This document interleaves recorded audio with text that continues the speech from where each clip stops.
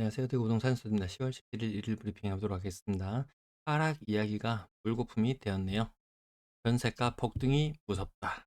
이렇게 이야기해도 알아들으실 분은 알아들을 거라 믿습니다. 여기 부산에 달린 댓글이었는데요.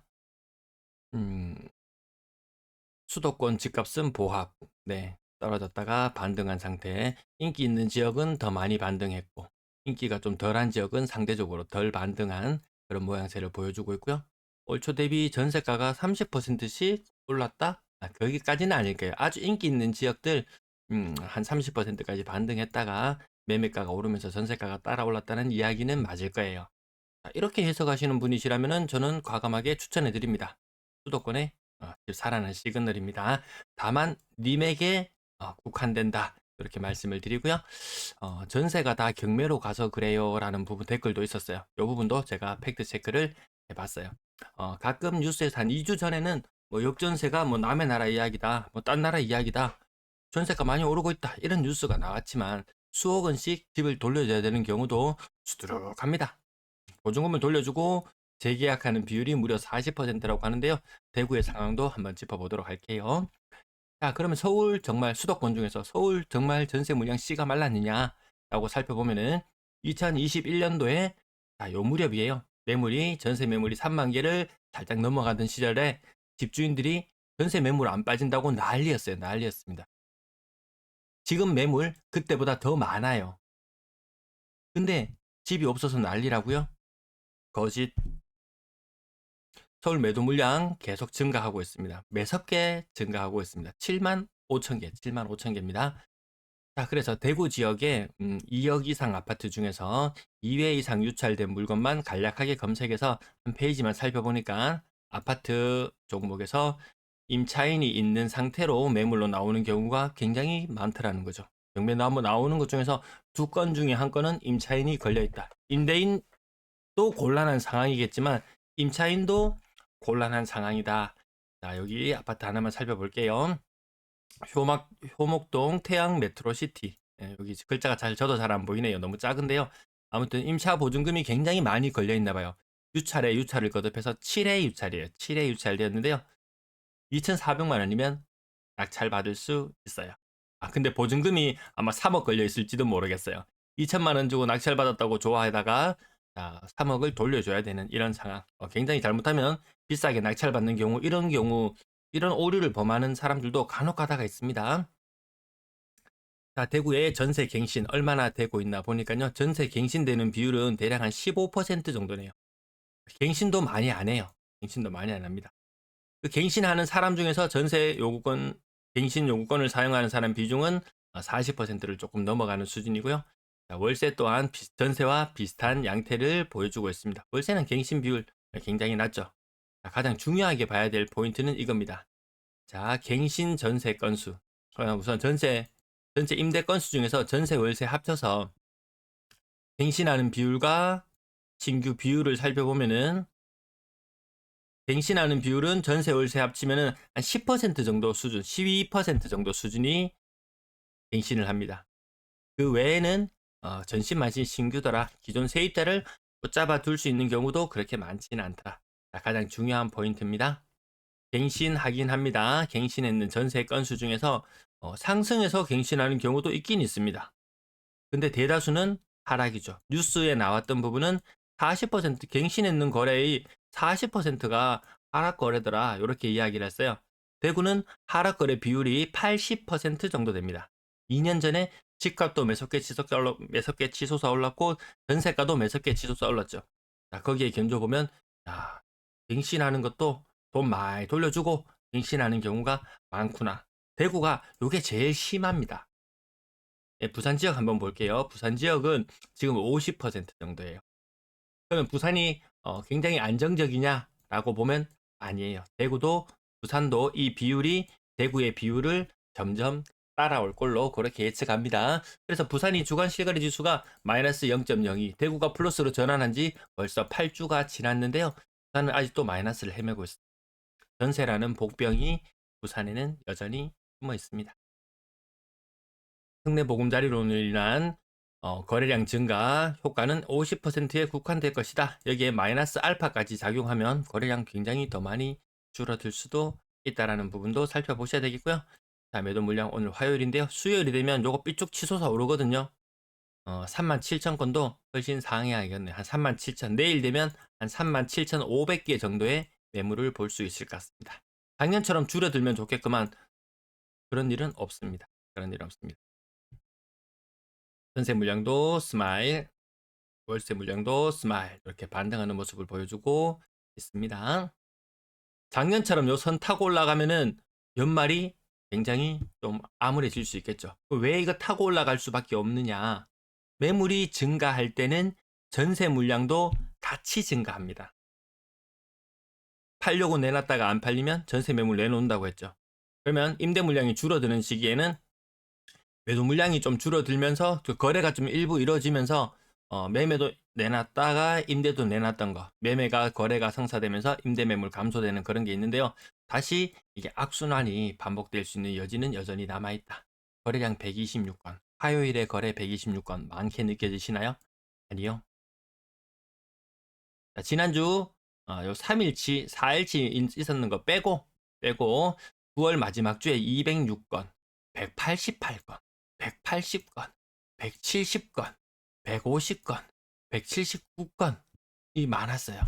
거래량 적었을 때와 적었을 때보다도 한참 더 적은 거래량 126건. 롯데 하루 비슷한 날 하루 있었네요. 이 정도 거래량이면 2,000건 돌파가 좀 암울해 보이기도 합니다. 그리고 또 한 가지 살펴볼 부분은 제가 진한 초록색으로 나타내놨는데요. 요거 남은 날수가 같아요. 남은 날수 같은 거 기준으로 했을 때 한 100건씩은 모자라는 느낌입니다. 이 상태로 가면은 2,000건 진짜 위 2,000건이 다시 무너져 살짝 올라갔다가 바로 무너져 내리는 현상이 나타납니다. 제가 9월의 거래량을 예측할 때도 초반에는 야, 이 상태로 가면은 9월의 거래량 역대 최고의 한 2,400건까지도 나오겠다 이렇게 말씀드렸는데 한 주 한 주 지날 때마다 2,300건 정도 나오겠네요. 2,200건 정도 나오겠네요. 지금 남은 날수를 계산해 보면 한 120건 정도 더 추가되고 끝나거든요. 2,150건도 돌파하기 힘듭니다. 지금 굉장히 많은 것처럼 보이지만 2,150건도 돌파하기 힘든 상태. 어쨌든 2,150건 올해 최고의 거래량을 찍을 수는 있어요. 근데 곧바로 10월 달에는 바로 이게 꺾여 내려갑니다. 사람들도 눈치채겠죠. 야, 대출 조이기 시작하니까 분위기가 다시 심상치 않네. 매수를 생각하는 사람도 오케이, 잠시 보류하면서 거래량이 꺾여 내려올 수 있다라는. 총선을 앞두고 다주택자에 대한 규제를 만지작거리느니 이야기가 살포시 들려오긴 하는데요. 다주택자들은 대출 안 낸답니까? 다주택자들도 대출 내고 사는 경우 많거든요. 일단 DSR에 첫 방에 걸릴 수가 있고요. 이 관문을 무사히 통과해서 추가로 알파로 주택을 구매를 한다 손 치더라도 이거 취득세가 장난 아닙니다. 3주택 8.8% 정도 내야 되나요? 이거 일단 부담스러워요. 한 9억짜리 이런 거 사면은 플러스 한 1억 정도 생각해야 되니까 남들보다 일단 1억 손해보고 일단 투자를 시작하는 거예요. 주식 투자해서 1억 버는 방법 아시죠? 일단 2억을 넣으세요. 그러면 1억 금방 만들어집니다. 그 비슷한 느낌으로 일단 1억 까이고 시작하는 요런 한계도 있고요. 자, 요거까지 취득세까지 문제 없어. 다 했어요. 그럼 다주택자가 되는 순간 그 다음에 다시 종부세의 늪에도 빠져들 수가 있습니다. 또 여기서 문제는 또 무엇이냐? 기존주택들을 처분할 때마다 양도세를 꼬박꼬박 물어야 되는 이런 문제들도 생겨요. 근데 무턱대고 모두가 다 투자 시장에 다 뛰어들 것처럼 하지만 아니에요. 자, 거래량 2,000건 돌파 여부 주목했는데요. 이제는 2,000건 돌파하고 하방으로 돌파하는 요런 지점, 요런 포인트 했다가 다시 서서히 침몰하는 요런 포인트들도 한번 좀 생각해 볼 때가 되었다. 6억 이상 거래량 10월 들어서요. 거래량이 10건입니다. 10건. 요 표에서 지금 나오지도 않습니다. 지금 2주가 지나가고 있는데 10월 17일이잖아요. 오늘이.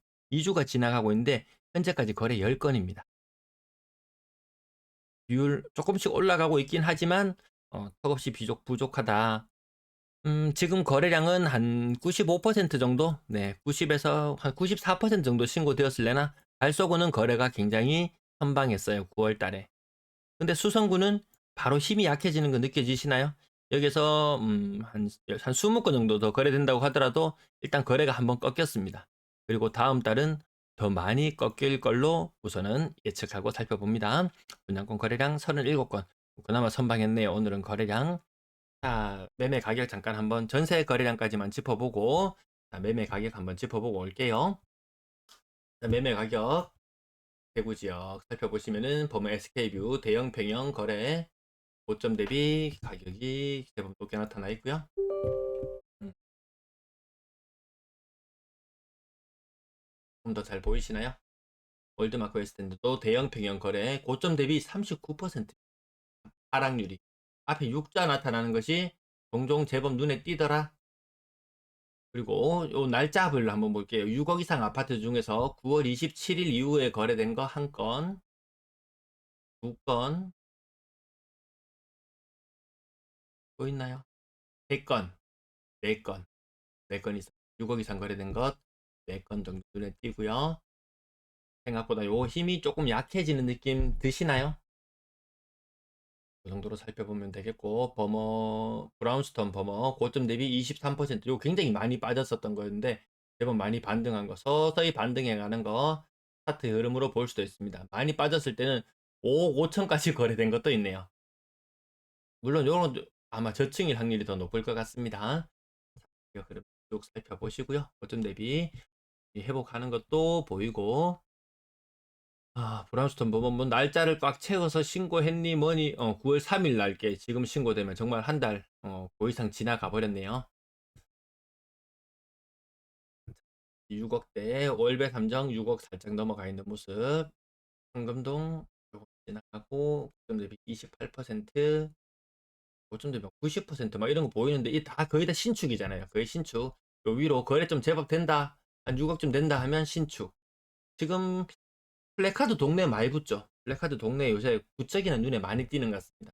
뭐 계약금만 내면은 나중에 뭐 안심 뭐 해가지고 다시 그때 안 사도 돼. 그때 안 사도 돼 하면서 미분양을 일단 좀 해소하려는 그런 움직임들도 조금 보여지곤 합니다. 달이 6자로 시작하는 곳. 서울에 또 모 아파트 단지가 분양을 하려고 하니까 분담금이 5억이더라. 그 라이언 일병 구하기, 둔촌 라이언 일병 구하기. 그 라이언 일병을 구하러 가는 그 과정 중에서 그 무고한 병사들이 엄청나게 희생당하잖아요. 그 엄청난 그 스티븐 스필버그 영화 그 라이언 일병 구하기 영화 첫 장면에 보면 그 상륙 작전 할 때 엄청나게 많이 죽잖아요. 나머지 재건축 다 죽고 난다. 건설사의 이윤 추구를 위해서 나머지 재건축들은 정말 죽었다. 라고 이야기해야 될 정도로 좀 암담합니다. 이런 고층의 아파트들, 나중에 이제 연식이 좀 많이 30년 더 넘어가는 아파트들, 어, 과거 한 10년 정도는 그런 아파트들 저층에 30년 이상 넘어가고 이러면 상당히 메리트가 있었는데, 이제는 별로 메리트가 있어 보이지는 않습니다. 그래서 제가 뭐 실거주 입장에서 꼭 살펴봐야 된다면 3억대 9평 1000만원짜리 정도, 평당 1000만원짜리 정도 기준으로도 10년 차 정도 되는 아파트 충분히 괜찮은 곳들이 많더라. 후방 드림시티 벌써 하마 20년이 됐네요. 아들 하마 20년이 됐어요. 이런 것도 평당 1000만원 정도 수준이에요. 고점 대비 앞에 6자예요. 6자. 연식이 이래 많이 됐습니까? 이 동네 점점 살기는 좋아지겠죠. 워낙 이제 신축들이 많이 들어서고, 어, 뭐, 이제 빛을 보기는 힘들다. 빛을 보기는 힘들다는 단점이 있다. 하지만, 상권이나, 햇볕 얘기죠. 햇볕 보기는 좀 힘들지만, 상권이나 이런 이점은 좀 누릴 수가 있다. 지난번에 그 밑에 뭐, 다이 아파트? 예, 뭐그 이야기도 한번 나가고 제가 급히 방종을 해버린 경우도 있었는데요. 거기, 나름대로 그래도 이곳들은 주복 숲을 이루고 있어요. 근데 그 길 건너편 쪽은 뭐 아파트 뭐 두 동이 되었건 세 동이 되었건 별로 관계는 저는 신경을 안 써요. 아무튼 좀 나홀로 주복 느낌이 날 정도로 아파트 한 세 동 정도가 아마 올라가는 걸로 저는 그렇게 어렴풋이 알고 있는데, 상권에서는 아마 조금 미치고 시작하는 부분도 있을 거예요. 분양가는 압도적이었지만. 평당 1000만 원짜리 실거주로 그 정도 대구에 많죠. 다른 지역에는 좀 사실 좀 보기 힘들어요. 성당 고롱하늘채 요거 얼마 전에 제 그 구독자분도 요거 구매하셨다고 하셨는데요. 고점 대비 40% 하락이에요. 이 동네 엄청 집값 띄울 때 제가 그 현장의 분위기를 딱 보고 있었거든. 음, 부동산에서 막 막 값 막 더 쳐준다고 막 그런 이야기들이 막 있었습니다. 평당 1,000만 원짜리 20년쯤 지나서 20년 차 아파트 정말 정말 세월이 왜 이리 빨리 갑니까? 예, 아파트 지어진 지 다 얼마 안 된 것 같은데 평당 1,000만 원 수준 되는 것들 괜찮은 것들 많이 있더라. 대구에서는 외곽으로 나가면 이거 거의 40평대 아파트잖아요. 평당 800만 원짜리도 연식도 얼마 안 됐어요. 아니 외곽은 평당 800만 원도 가능한 곳이 있더라. 남들이 뭐 분양하니까 뭐 분양가가 6억이 가니 어디는 뭐 7억에 분양하니 하지만 어, 대다수의 그 평균 뭐 재산을 가지고 있는 그런 사람들, 네, 그런 사람 소득 수준에 봤을 때 이 정도면 이것도 3억도 지 돈 온 돈 다 주고 살라 그러면은 이것도 벅찰 겁니다. 네. 니만 가난한 게 아니다. 그러면 저는 이야기합니다. 부자들이 이미 집 다 있다고. 네, 그 정도 수준입니다. 원료의 편향 고점 대비 35% 정도. 소형 평형 3억 1천만 원. 조금 더 인기 있는 지역 가면 뭐 4억대, 5억대까지도 나오는 것들이 간혹 있긴 합니다. 이거 좀 무리했는 것 같은데요. 네. 흥당동 더샵 24평이 2억 9천. 아까 그 바로 옆에 있는 아파트도 30 몇 평이 네, 3억 뭐 3천 뭐 이 정도 수준이면 조금 오바되는 경향도 있는 것 같습니다. 때로는 이런 것들 보면은 중개거래긴 하네요. 때로는 이런 직거래나 이렇게 나타나는 것들 보면은 임차인이 바로 물건을 따는 그런 것들도 있었습니다. 네, 가격 이 정도까지 지켜보고요. 네, 나머지 부분 뒷부분 오늘도 벌써 시간이 자꾸 길어지면 안 되는데 자꾸 저도 모르게 자꾸 길어지네요. 전세가 평균 전세 가격 일시적으로 반등하는 듯 했지만 다시 금리 오르죠. 제가 오늘 그걸 안 가지고 왔네요.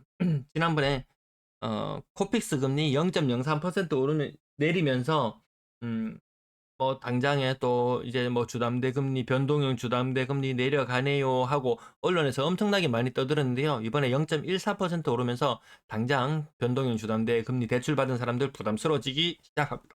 그리고 지난번에 뭐 국민은행이니 우리은행이니 이런 것들이 대출 금리를 올린다.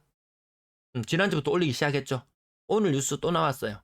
NH도 가담했어요. 주담대는 0.2%. 거기에다가 전세자금 대출은 0.3% 금리를 올리고 우대 금리도 축소를 한다고 했어요. 미국 채권 금리가 다시 요동을 치고 있고 우리나라 10년물 국제 금리가 4.2%를 넘어갑니다. 10년 동안 예금해 놓으면 계속 4.2% 받는다고 생각하면 되겠죠. 그러면 지금 우리 기준금리 3.5% 정도 수준. 은행에 맡겼을 때 4% 정도의 예금이자는 받을 수 있죠. 그러면 그 4% 이자 수준이 10년간은 간다고 생각해 보세요. 지금 이것이 저금리인가? 역사적으로 봤을 때 저금리인가? 고금리인가? 여기에 대한 논쟁을 하기 이전에 채권 금리만 보고 앞으로 10년 동안은 이 정도 금리 수준은 유지될 수도 있겠구나. 혹은 무슨 또 변고가 생기면 더 높아질 수도 있겠구나. 돌다리도 두드려 보고 건너갈 그런 시기인 것 같습니다. 네, 시청 감사합니다.